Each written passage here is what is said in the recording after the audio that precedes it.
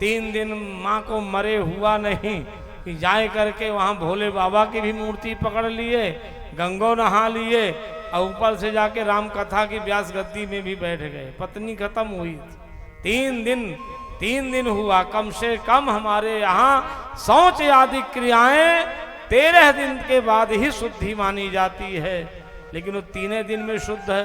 बड़े बड़े व्यास पीठाचार्य, विश्व प्रसिद्ध वक्ता, इनकी ये दुर्दशा है। इसलिए हमें चाहिए कि कम से कम हम अपने पितरों को संतुष्टि के लिए हमें पूरे दिन तक उनका संस्कार करना चाहिए।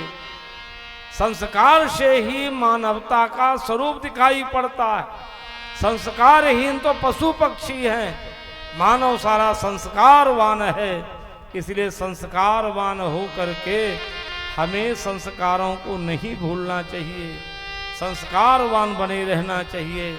कल हमने कहा था जैसे बेटा बेटी 3 महीना 4 महीना में जन्म नहीं ले सकते, लेंगे भी उन्हें आप जाके दफना दोगे 3 महीना 4, उसी तरह से तेरी ही वर्षी ये 13 दिन में ही होती है, 4 दिन 5 दिन 7 दिन में नहीं होती है। पूर्वजों का विनाश मत करो, पितरों को इतना धक्का मत दो कि जीवन में तुम्हें कभी शांति ना मिले। पितर संतुष्ट रहेंगे, याद रखो आपका घर में धन का वैभव बढ़ेगा, परिवार सुख शांति से रहेगा, भाई भाई में आपस में प्रेम रहेगा, बहुओं में प्रेम रहेगा। अब पितर को अगर आप रुष्ट कर दोगे तो याद रखो आपके घर में कभी भी सुख शांति नहीं आ सकती है। पहले थोड़ा अन्न होता था, थोड़ी कमाई होती थी, लेकिन शांति कितनी तगड़ी थी, घर घर शांति थी, भले गरीबी थी।